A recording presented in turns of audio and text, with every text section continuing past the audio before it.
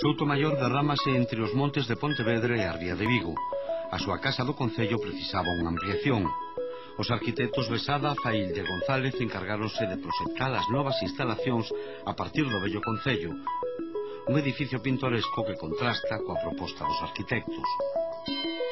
A idea parte da base de conectar a ampliación do novo concello ao edificio existente do concello de Soutomaior.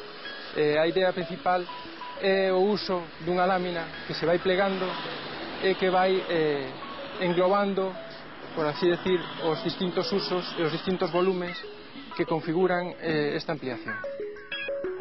O terreo para ampliación é unha parcela cun brusco desnivel, uns socalcos polos que se apousentan os novos bloques, entre a estrada que bordea a fachada principal, o acceso dos cidadáns ao concello e o verde dunha zona rural.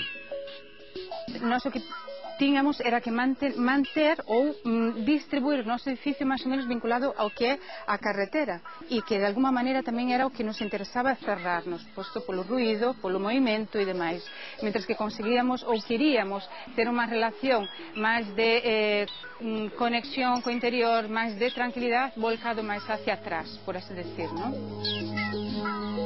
Mentres o vello concello reserva os usos máis representativos como a alcaldía, o novo distribúese entre as oficinas de atención ao público da planta baixa ata as oficinas para os traballos internos dos funcionarios na planta inferior.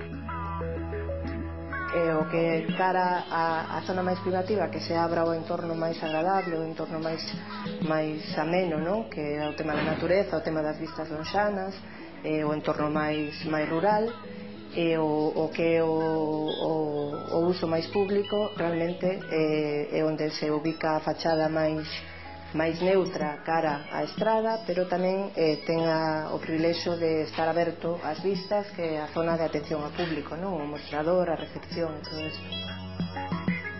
Un ascensor une os distintos niveis.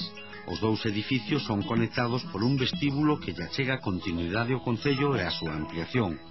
O resultado é un novo espazo para os cidadáns na terra de Pedro Madruga.